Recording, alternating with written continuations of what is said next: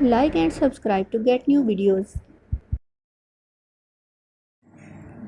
Assalamu alaikum students, welcome to Maths Wise book 7. Our topic is direct and inverse proportion, unit number 6. Today we will solve question number 3 and 4 of exercise 6a.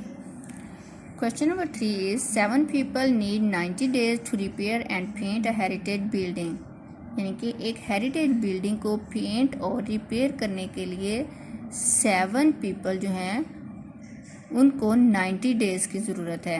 यानी कि एक heritage building को paint और repair करने के लिए 7 people जो हैं जब उसको रिपेयर करेंगे तो वो कितने दिनों में उसको कंप्लीट करेंगे? 90 डेज़ में। ठीक है। If the job should be completed in 15 days, अगर यही जॉब जो है वो 15 डेज़ में कंप्लीट करना हो, how many more people need to be employed, तो मज़ीद कितने लोग जो हैं उनको हायर करना पड़ेगा। ठीक है। यानी यहाँ पे 7 पीपल थे तो उनको कितने डेज़ की ज़रूरत थी?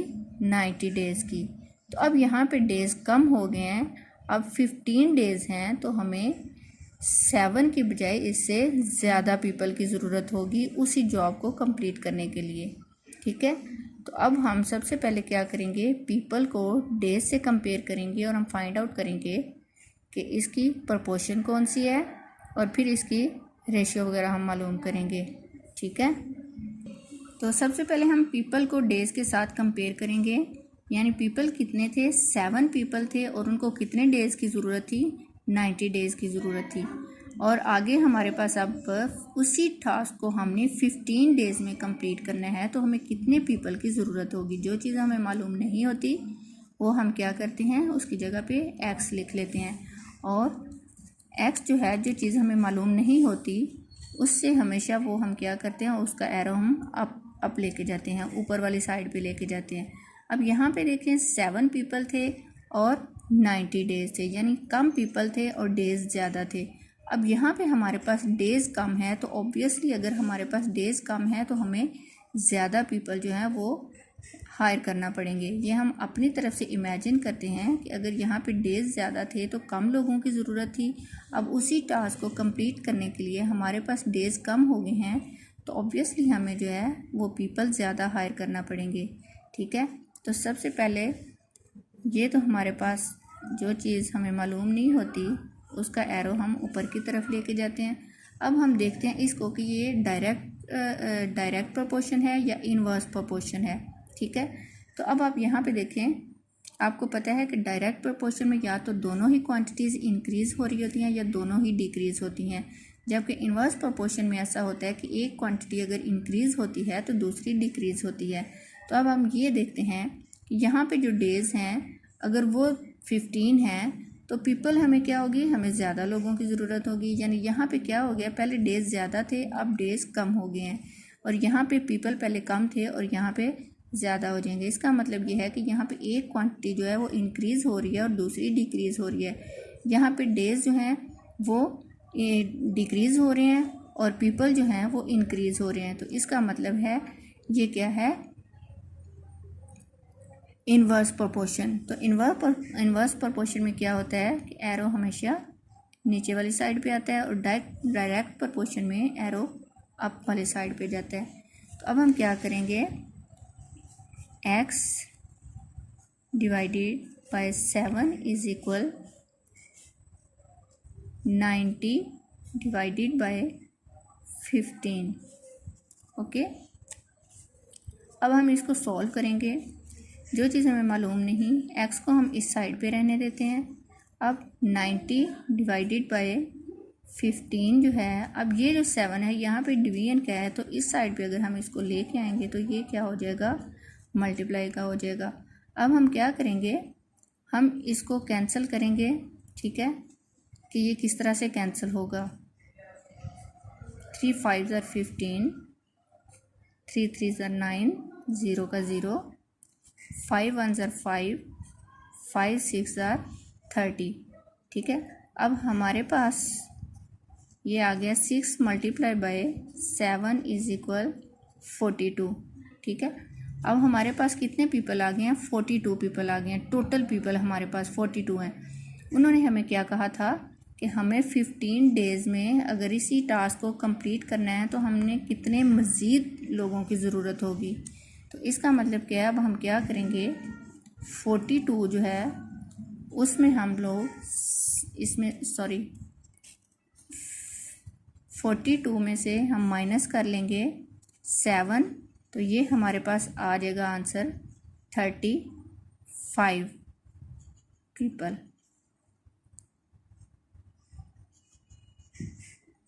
ठीक है, अब हमारे पास टोटल पीपल 42 आए थे। अब हमें क्वेश्चन क्या था हमारा कि how many more people are needed. अब अगर 42 हमारे पास टोटल आए हैं तो पहले हमारे पास 7 ऑलरेडी थे। ठीक है, तो अब टोटल 42 हैं, तो 42 में से 7 को हम माइनस कर देंगे क्योंकि 7 ऑलरेडी हमारे पास है, तो हमें मज़ीद आगे कितने इसमें ऐड करेंगे, कितने और लोग इसमें ऐड करेंगे।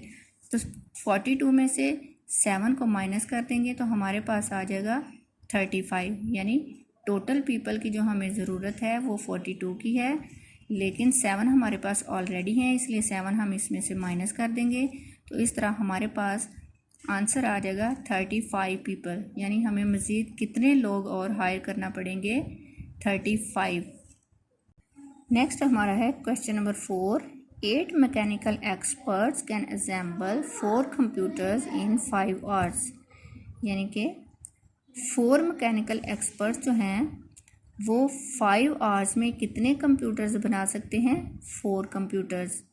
How many mechanical experts will be needed to assemble 21 computers in 10 hours. तो कह रहे हैं कि 10 आवर्स में 21 कंप्यूटर अगर बनाना हो तो हमें कितने मैकेनिकल एक्सपर्ट्स की ज़रूरत होगी। यहाँ पे आप देखें कि 5 आवर्स थे, 4 कंप्यूटर्स थे और मैकेनिकल एक्सपर्ट्स कितने थे, 8। अब यहाँ पे टाइम बढ़ गया है, हमारे पास 10 आवर्स हैं और 21 कंप्यूटर्स हम लोगों ने बनाने हैं, तो हमें कितने एक्सपर्ट की ज़रूरत होगी। अब आप यहाँ पे देखें कि यहाँ पे 4 कंप्यूटर्स थे और 8 मैकेनिकल एक्सपर्ट्स थे। यहाँ 21 कंप्यूटर्स हैं, तो ऑब्वियसली अगर ज़्यादा कंप्यूटर हम बनाएंगे तो हमें ज़्यादा एक्सपर्ट्स की ज़रूरत होगी। ठीक है, तो सबसे पहले हम इसका जो है इसको कंपेयर करेंगे। सबसे पहले हम एक्सपर्ट्स को कंप्यूटर्स के साथ एक्सपर्ट्स को हम टाइम के साथ कंपेयर करेंगे। उसके बाद हम मालूम करेंगे कि ये कौन सी प्रोपोर्शन है, डायरेक्ट प्रोपोर्शन है या इन्वर्स प्रोपोर्शन है। उसके बाद ही हम ये पता चला सकते हैं कि हमारे पास आंसर क्या आएगा। ठीक है, यहाँ पे हमारे पास 3 चीज़ें हैं। ठीक है, एक्सपर्ट्स, कंप्यूटर्स एंड टाइम। ठीक है, अच्छा अब आप ये देखें, एक्सपर्ट्स, कंप्यूटर्स एंड टाइम। ठीक है, सबसे फर्स्ट पे हमारे पास क्या था, 8 एक्सपर्ट्स थे जिन्होंने 4 कंप्यूटर्स बनाने थे, कितने टाइम में, 5 आवर्स में। ठीक है, अब हमने 21 कंप्यूटर्स जो है ना वो बनाने हैं, तो इसके लिए हमें कितने एक्सपर्ट्स चाहिए होंगे। सबसे पहले हम एक्सपर्ट्स को किसके साथ कंपेयर करेंगे, कंप्यूटर्स के साथ। हमने इन दोनों की पहले मालूम करनी है कि ये प्रोपोर्शन कौन सी है, डायरेक्ट है या इन्वर्स है।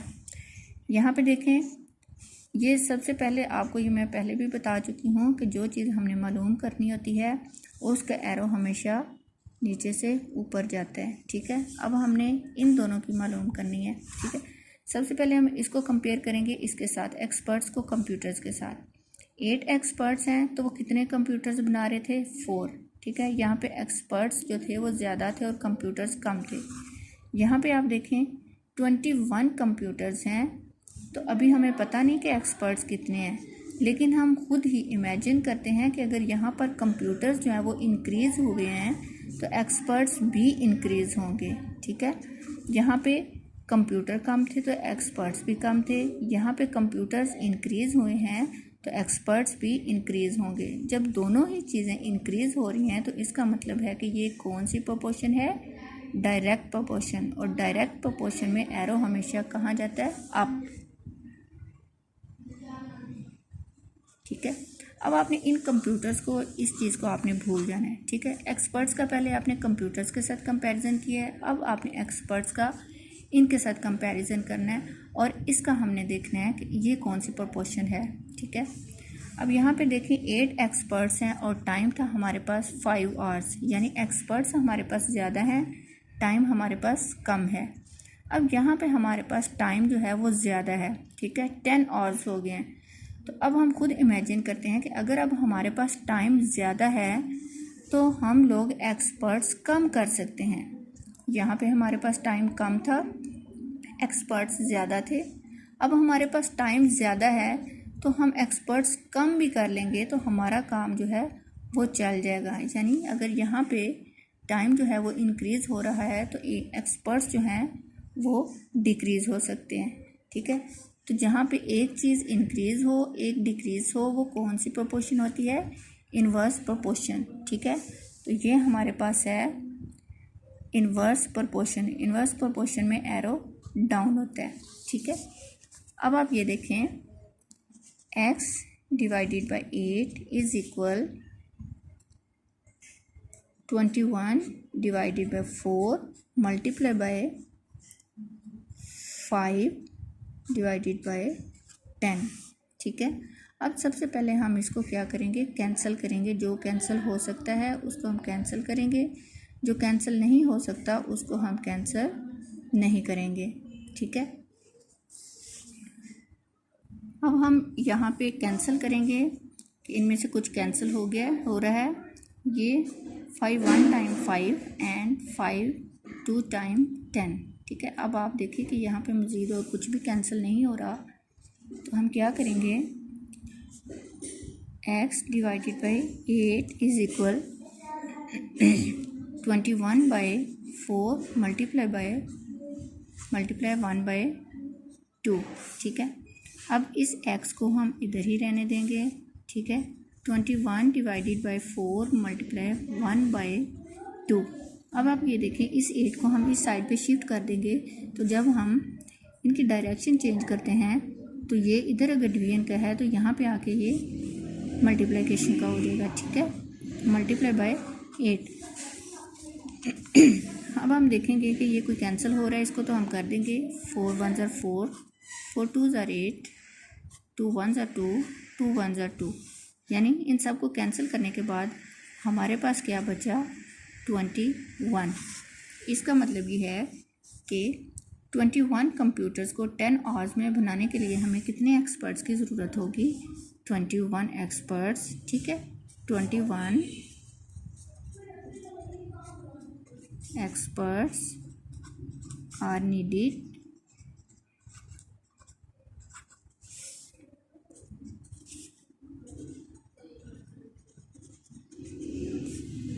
to assemble 21 computers,